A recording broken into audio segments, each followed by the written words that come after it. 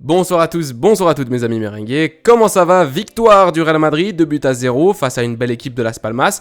Non pas qu'il n'y avait pas un grand écart entre les deux équipes, effectivement, l'effectif madrilène est bien supérieur à celui de Las Palmas et on a eu énormément d'occasions loupées en première mi-temps. On aurait dû réussir à marquer plus tôt et à marquer plus de buts dans la rencontre. Mais ce que je veux dire par là, c'est que l'équipe en face a réussi à sortir proprement le ballon depuis sa surface, à construire, même s'ils n'ont pas eu beaucoup d'actions dangereuses. Il y a eu quand même quelques arrêts de Kepa et c'était une équipe qui réussissait à jouer au football et à sortir proprement depuis l'arrière et à construire. Alors, franchement, bravo à eux.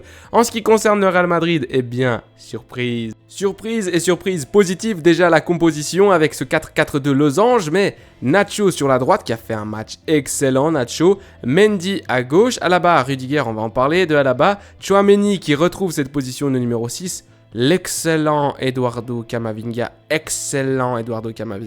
Valverde, l'excellent MVP Brahim qui enfin on peut jouer au football avec un tel joueur et Rodrigo Rossellu devant. Rossellu, c'est toujours le même problème avec Rossellu, il a 25 millions d'occasions et il ne les met pas au fond. Alors, soit il est maudit, soit il n'est pas très fort. En tout cas, il a réussi à mettre le ballon qui était dans sa spécialité, c'est-à-dire le ballon de la tête dévié à la 54e minute sur un bon ballon piqué, centre piqué comme ça de Rodrigo.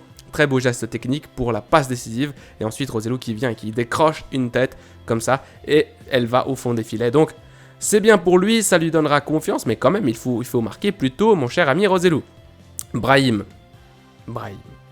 incroyable. Brahim, il y a eu du jeu entre les lignes. Non seulement à la création, c'est lui qui était là pour délivrer des bonnes passes. Et cette connexion entre Brahim, Rodrigo, Rossellu dans ce triangle, j'ai beaucoup aimé, beaucoup apprécié. Mais surtout, Brahim qui lui-même était là, entre deux joueurs, entre deux lignes, pour se proposer et recevoir des ballons. Donc non seulement il délivrait lui des ballons pour les attaquants devant lui, mais aussi il réussissait à se placer de façon à réussir à casser les lignes de l'équipe adverse. Donc aujourd'hui MVP, meilleur joueur de la rencontre, mérité. Et en plus, il marque ce but sur une semi-erreur défensive des concentrations de la part de Las Palmas.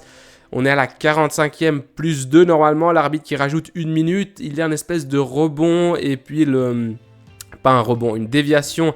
Et un joueur de Las Palmas qui la touche encore de la tête. Le ballon atterrit sur Lucas Vázquez qui délivre un bon centre / passe en retrait pour Brahim qui ajuste le gardien. Et c'était le premier but du Real Madrid. C'est mérité parce que c'est un garçon qui fait beaucoup d'efforts. C'est un garçon qui propose un football attractif.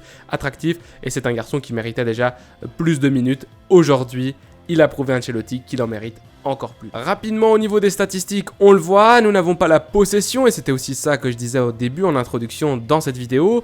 Las Palmas qui est une équipe qui a bien joué, qui réussit à bien combiner et qui avait une proposition de football parfois un petit peu limitée dans le sens où il y avait beaucoup de joueurs qui étaient proches les uns des autres et puis c'était des passes un petit peu simples mais qui arrivaient justement à bien sortir le ballon et à garder la possession, essayer de construire. On le voit, le Real Madrid qui a que 47% de possession de balle.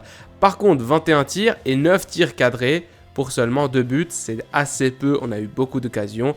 Voilà un petit peu le résumé des statistiques. Sinon, un jeu qui n'a pas eu beaucoup d'interruptions, un match qui n'a pas eu beaucoup d'interruptions, c'était assez fluide et plaisant à regarder. Au niveau des autres joueurs qui m'ont beaucoup plu durant cette rencontre, on retrouve l'aspect défensif. Ceballos, quand il est rentré sur le terrain, eh bien, je ne sais plus à quelle minute, mais c'était déjà en deuxième mi-temps, il a donné beaucoup de lui-même pour réussir à maintenir ce niveau haut de pression et surtout à récupérer les ballons déjà dans un tiers offensif.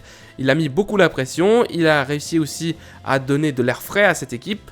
Au niveau de la débauche d'énergie, j'ai beaucoup aimé le match de Ceballos. Aussi, à un moment, il contrôle un ballon qui vient en louche comme ça. Il le contrôle parfaitement, démontrant une tactique et surtout une qualité technique hors du commun, même s'il ne joue pas beaucoup. Rudiger, Nacho, des matchs très sérieux de la part de ces deux joueurs sur notre ligne défensive. Rudiger toujours au corps à corps, toujours là, bien au contact des joueurs et toujours là dans l'anticipation. Très très bon match. Et Nacho qui a fait un bon match en latéral droit et en défenseur central, même si je l'ai préféré dans cette position de latéral droit, tant offensivement que défensivement. Également, un match correct de la part de Mendy sur la gauche avec quelques incursions offensives qui ne m'ont pas déplu. Mais si je dois parler d'un homme qui m'a fait revivre lors de ce match-là, que ce soit avec ballon ou sans ballon, c'est bien Eduardo Camavinga. Eduardo Camavinga, c'était l'homme de l'ombre, c'était l'homme à la relance, c'était l'homme qui était là pour non seulement réussir à presser dans les phases défensives, mais surtout, c'était le premier homme à la relance, à la construction,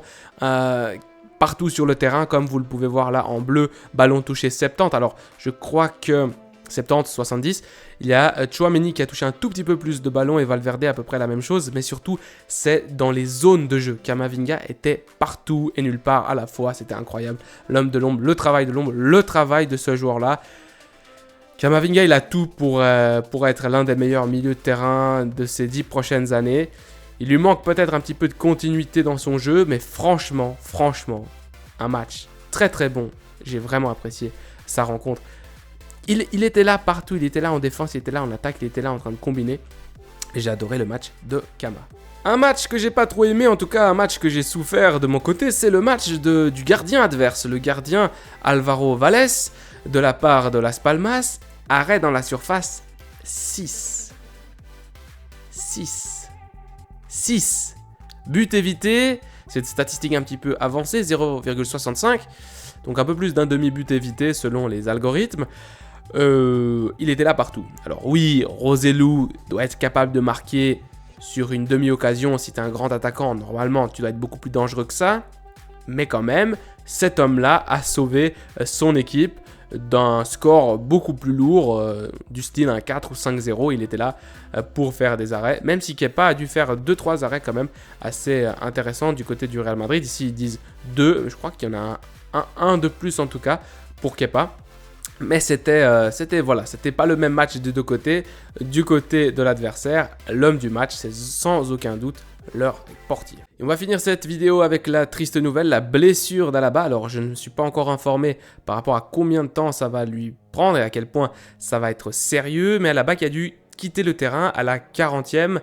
Entrée de Lucas Vázquez, Nacho qui s'est repositionné dans l'axe central de la défense. Lucas Vázquez à droite. Alors Alaba qui s'est arrêté sur le terrain et qui a demandé le changement. Il a réussi à quitter ses coéquipiers debout en marchant, mais surtout, il n'est pas allé sur le banc, il est directement allé dans les coulisses, dans les vestiaires. Alors, j'espère que ce n'est rien, parce que franchement, le Real Madrid n'a déjà plus Eder Militao pour la saison. Si on n'a plus Alaba, il ne reste que Rudiger et Nacho comme vrais défenseurs centraux, et ça risque d'être trop peu pour le reste de la saison. Alors, évidemment, il faut qu'on aille au mercato d'hiver faire quelque chose, que ce soit acheter un latéral, un défenseur, que ce soit acheter un attaquant.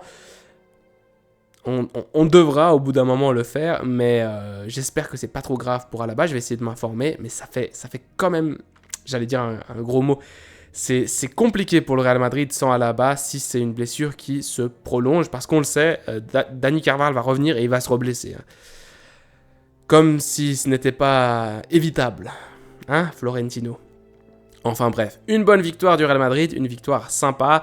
Le Real qui a donc 3 points de plus, mais le Real qui va devoir faire attention. Pourquoi ? Parce que tout simplement, eh bien, il y aura le match face à Girona, je crois que c'est samedi. Girona qui a gagné sur le terrain de Villarreal et qui est donc première équipe du championnat, les leaders, ce n'est pas le Real Madrid. Le Real Madrid qui, avec ses 3 points, passe à la 2e position. Et c'est l'équipe catalane de Girona que l'on retrouvera donc samedi, qui est en tête. Alors, un très très bon début de championnat de la part de cette équipe.